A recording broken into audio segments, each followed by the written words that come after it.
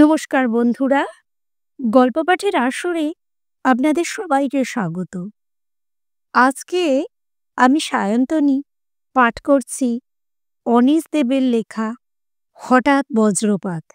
ভালো লাগলে like, comment ও subscribe করবেন। এখন আমি আপনাদের যে খুনটার কথা বলবো সেটা কিন্তু যথেষ্ট চাতুর্যপূর্ণ। সাধারণ হত্যাকারীরা খুনের পেছনে টাকা খরচ করে, কিন্তু বুদ্ধি খরচ করে না। ছোটবেলা থেকেই স্কুলের মাস্টারমশাইরা আমার মেধা লক্ষ্য করেছিলেন। সেই মেধা আমি লক্ষ্য করেছি আমার একমাত্র মেয়ে রাখির মধ্যেও।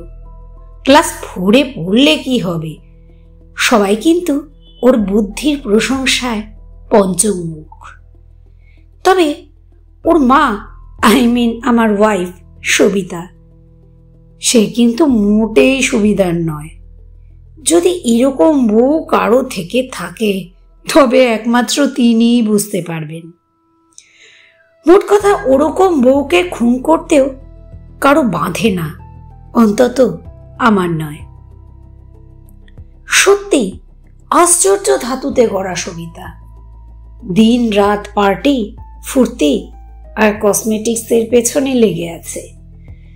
তার সঙ্গে 12 জোড়া চটি, 58খানা শাড়ি, 8টি ঘড়ি, উইগ ইত্যাদির ঠেলায় আমার প্রাণ বর্তমানে গলার কাছে।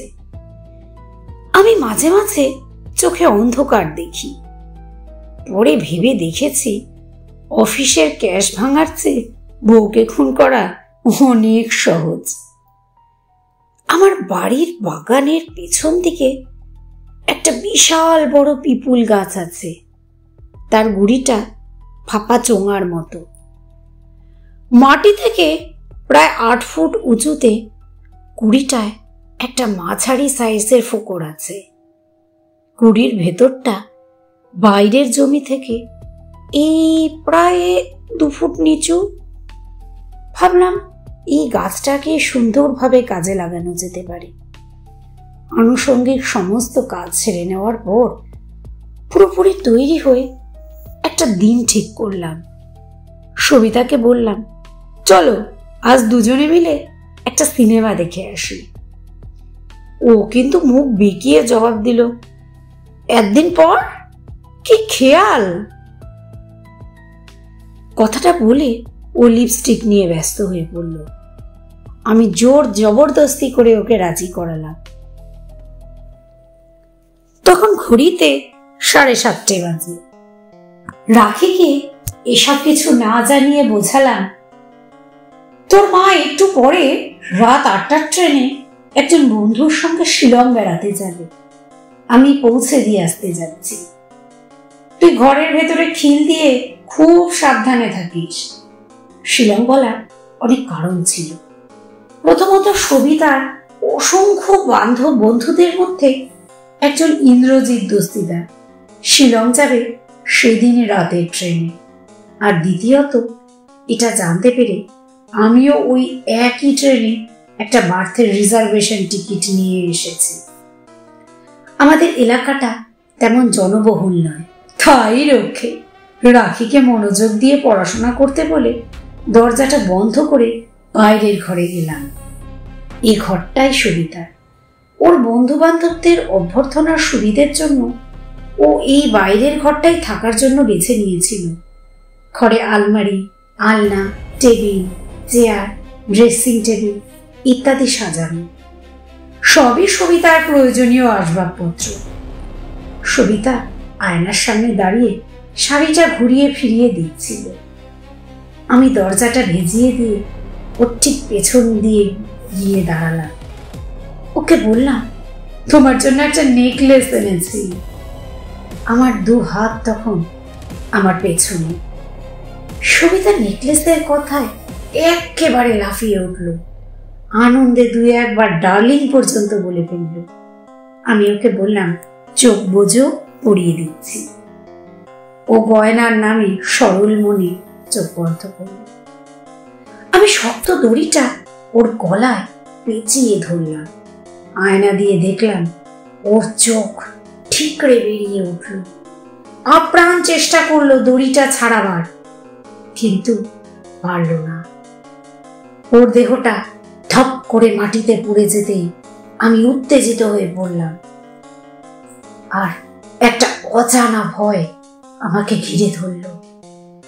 নিজেকে শক্ত করে এবার মূল নাটকের প্রধান অংশে হাত দিলাম। তাড়াতাড়ি ওর দেহটা টেনে নিয়ে গেলাম বাগানে, পাশের দরজা দিয়ে। তারপর গ্যারেজ থেকে গাড়ি বের করলাম। সবিতার দেহটাকে খাড়া করে পাশে বসিয়ে স্টিয়ারিং ধরলাম। গাড়ি স্টার্ট করার আগে ওর চোখ একটা সানগ্লাস বসিয়ে আর ওকে বাঁ হাতে শক্ত করে জড়িয়ে ধরলাম, যাতে দেহটা টলে না পড়ে যায়। সদর দরজা পার হয়ে আমি গাড়িটা থেকে নামলাম। সদর দরজায় তালা দিয়ে আবার ফিরে আসলাম গাড়িতে। মৃতদেহটাকে যতটা সম্ভব স্বাভাবিক বসিয়ে গাড়ি স্টার্ট দিলাম। এইভাবে রেল স্টেশন পর্যন্ত গেলাম। সেখানে একটা নির্জন জায়গা দেখে গাড়ি দাঁড় করালাম। তারপর কায়দা করে সবিতার বডিটাকে সিটের নিচে ঠেলে দিলাম। সবশেষে গাড়ি চালালাম বাড়ির দিকে। বাড়ির সদর দরজায় পৌঁছে দরজা খুললাম। তারপর গাড়ি গ্যারেজে দিলাম। সবিতার বডিটা টেনে বের করলাম। ওর চোখ থেকে সানগ্লাস খুলে নিয়ে পকেটে ভরলাম। তারপর ওর মৃতদেহটা গ্যারেজ থেকে পিপুল গাছ পর্যন্ত টেনে নিয়ে গিয়ে অতি কষ্টে ফোকর দিয়ে ফাঁপা মুড়ির ভেতরে ঢোকালাম। একটু পরে চুপি চুপি ফিরে এসে চাবি দিয়ে দরজা খুলে চুপ করে বসবার ঘরে ঢুকে পড়লাম। তারপর বাথরুমে গিয়ে দরজা বন্ধ করলাম। হাত পা ধোয়ার পর চেঁচিয়ে রাখিকে ডাকলাম। বললাম, আমার তোয়ালে নিয়ে আয় তো, যা। ও এসে বলল, তুমি কখন ফিরলে? আমি নির্বিকার গলায় বললাম, তা অনেকক্ষণ হলো। গাড়ির আওয়াজ শুনিসনি তুই? শরীরটা ভালো লাগছে না বলে সোজা এসে বাথরুমে ঢুকেছি, হাত পা ধুয়ে স্নান করতে। ও জবাব দিল রাখি, মা বুঝি চলে গেল? আমি কোনো রকমের জবাব দিলাম, হ্যাঁ। আর স্টেশনের ভেতর পর্যন্ত যাইনি রে। একটু পরে ও এসে তোয়ালে আর সাবান দিয়ে গেল। এরপর কয়েকদিন ধরে হাতের ছাপ, পায়ের ছাপ প্রয়োজন মতো কাপড় দিয়ে মুছে সাফ করেছি। গাছের ফাঁপা গুড়ির ভেতরে বেশ কয়েক বোতল ফরম্যালিন ঢেলে দিয়েছি। সত্যি বলতে কি, এখন আমি অনেক নিশ্চিন্তে আছি। রাখি মাঝে মধ্যে জিজ্ঞাসা করে, বাবা মা কবে আসবে? আমি বলি, সে তো বলে যায়নি রে, তুই বল না, কোনোবার তোর মা আমাকে বা তোকে বলে কোথাও গিয়েছে? এ কথায় ও চুপ করে থাকত। অবশ্য অস্বীকার করতে পারব না, বাড়িটা এখন বেশ ফাঁকা ফাঁকা লাগছে। সবিতা সবসময় সেজে গুজে টিকটক হয়ে থাকত, নিত্য বাইরে যেত আসতো। বলতে গেলে গাড়িটা ওই ব্যবহার করত সর্বক্ষণ। এইভাবে প্রায় 15 দিন যাবার পর আমি ইন্দ্রজিৎ দস্তিদারের ঠিকানা জেনে তাকে একটা চিঠি দিলাম। অবশ্যই সবিতার সব খবর জানতে চেয়ে, কেন সে এখনো চিঠি দেয়নি এই সব। চিঠির শেষে রাখিও কয়েক লাইন সবিতাকে লিখেছিল। চিঠির উত্তর কি এলো আপনারা সবাই নিশ্চয়ই আশা করে বুঝতে পারছেন। ইন্দ্রজিৎ লিখল, সে আমার চিঠি পেয়ে খুব অবাক হয়েছে। সবিতা তার সঙ্গে মোটেই যায়নি। সবিতা কোথায় সে কিছুই জানে না। চিঠি পেয়ে অবাক হবার ভান করলাম। সম্ভব অসম্ভব সব জায়গাতেই সবিতার খোঁজ করলাম, কিন্তু কোথাও খোঁজ পাওয়া গেল না। ইতিমধ্যে নিয়মিত ফরমালিন ঢেলে মৃতদেহটাকে ঠিকঠাক রাখার চেষ্টা করেছি, আর মনমরা হয়ে থাকার ভান করেছি। এমনকি 2-4 দিন অফিস কামাই পর্যন্ত করে ফেলেছি। শেষে পাড়ার কয়েকজন প্রতিবেশীর অনুরোধে আমি গেলাম পুলিশে খবর দিতে। সঙ্গে কয়েকজন হিতাকাঙ্ক্ষীও গেলেন। সেখানে পুলিশে ডায়েরি করে ক্লান্ত পায়ে বেরিয়ে এলাম থানা থেকে। আমার এই অভিনয় চালাতে খুব একটা কষ্ট হচ্ছিল না, বরং রাখির কাছ থেকে সহানুভূতি পাওয়ার আশায় একদিন রাখিকে না দেখার ভান করে বিছানায় উপর হয়ে শুয়ে ফুলে ফুলে কাঁদছিলাম। রাখি এসে আমার পিঠ হাত দিল। জানি না কোথায় আমাকে সান্ত্বনা দেবার চেষ্টা করছিল। ওইটুকু মেয়ে, কিন্তু আমার মতোই মেধা পেয়েছে। এটাও বুঝেছে যে ওর মাকে কোথাও পাওয়া যাচ্ছে না। পরদিন সকালবেলা পুলিশ এলো। বলা নিষ্প্রয়োজন যে আমি তৈরি ছিলাম, তাই এতটুকু ছটফটে ভাব প্রকাশ পেল না আমার ব্যবহারে। ওদের অভ্যর্থনা করে বাইরের ঘরে নিয়ে গিয়ে বসালাম। কিছুক্ষণ আলোচনার পর একজন অফিসার আমাকে সুবিধার বিষয়ে প্রশ্ন করলেন।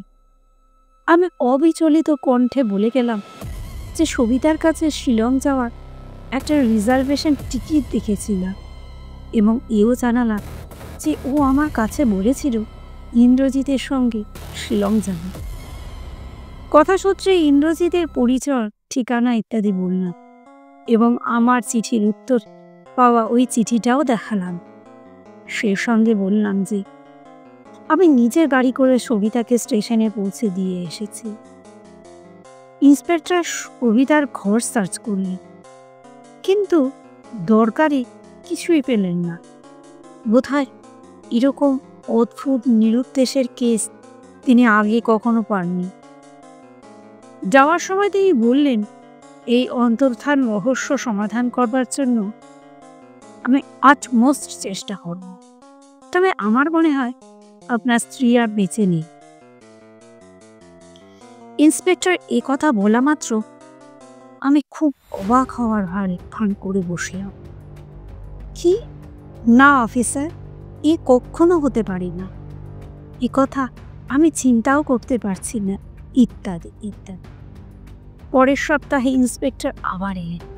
তিনি বললেন, আপনার ইনফরমেশনের উপরে বেস করে আমি খোঁজ নিয়েছি মিস্টার বর্মন, কিন্তু সমস্ত জায়গায় ইনকোয়ারি করেও আপনার মিসেসের কোনো খোঁজ আমরা পাইনি। এটা আমাদের পক্ষে খুব লজ্জার কথা। তবে একটা বিষয়ে আমার সন্দেহ জেগেছে। আশা করি আপনি সেই বিষয়টার এক্সপ্লেনেশন দিতে পারবেন। আমার ভ্রু কুঁচকে উঠল। একটু চিন্তিত হলাম। বললাম, কি ব্যাপার বলুন তো? মিস্টার বর্মন, একটি লোক আমাদের বলেছে যে সে যখন আপনাকে আর আপনার স্ত্রীকে গাড়ি করে স্টেশনের দিকে যেতে দেখে, সে লক্ষ্য করে যে আপনার ওয়াইফের চোখে একটা কালো চশমা ছিল। আমি বললাম, হ্যাঁ ঠিকই দেখেছে লোকটি। সবিতা চাইন যে ওর বাইরে যাওয়ার পর আর কেউ জানো। বোঝেলি তো, বিবাহিতা হয়ে অন্য একজন পুরুষের সঙ্গে বেড়াতে যাওয়া। তা আপনি বাধা দেননি? আমি চোয়াল শক্ত করে বললাম, না দিইনি, কারণ দিয়ে কোনো লাভ হতো না। ইন্সপেক্টর এবার রাখিকে নিয়ে পড়লেন, কিন্তু রাখি আমার ধারণা মতোই সুন্দরভাবে সব স্পষ্ট করে জবাব দিল। ইন্সপেক্টর কোনো হদিশ করতে না পেরে চলে গেলেন। সব কিছু আমার প্ল্যান মতো করতে লাগলো। আমার ইচ্ছে আছে তদন্তের ঝামেলা মিটে গেলে মৃতদেহটার একটা বন্দোবস্ত করব। একদিন এসব 7-5 ভাবছি, ঠিক এমন সময় ইন্সপেক্টর দল বলনি। আমি তাদের সঙ্গে সরিদার করে গেলেন। ইন্সপেক্টর আজ সবিতা সম্পর্কে অনেক কথা জিজ্ঞাসা করে গেলেন বারবার। আমিও সাধ্যমতো জবাব দিয়ে গেলাম। রাখিকেও এ কথা সে কথা জিজ্ঞাসা করলেন। তারপর আমার দিকে ফিরে বললেন, মিস্টার বর্মন, এ কেস সলভ করা আমাদের সাধ্যে পাই। হয়তো আপনার ওয়াইফ কোথাও নিজের ইচ্ছে লুকিয়ে আছে, কিন্তু তার যে ভালো মন্দ কিছু হয়েছে তার কোনো সূত্রই আমাদের হাতে নেই। তবে ভগবান করুন তার যেন কোনো অমঙ্গল না হয়। আপনার কথা ভেবে আমার সত্যিই খুব খারাপ লাগছে। বলতে বলতে উঠে দাঁড়ালেন ইন্সপেক্টর। রাখি আলনার কাছে বসে কি যেন করছিল, হঠাৎই উঠে দৌড়ে আমার কাছে এলো। ওর ওই ছোট্ট গলায় তীক্ষ্ণ স্বরে চেঁচিয়ে উঠল, বাবা, মা যদি শিলংয়ে গিয়ে থাকবে তাহলে মায়ের 12 জোড়া ছুটি আলমারিতে পড়ে আছে কেন? মা কি কোনোদিন খালি পায়ে বাড়ির বাইরে গিয়েছে নাকি?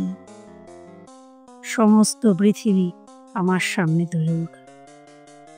পায়ের নিচে মাটি নড়ে উঠল। টলে পড়ে যাওয়ার আগে শুধু দেখলাম ইন্সপেক্টর যেতে গিয়েও থমকে দাঁড়িয়ে পড়েছেন।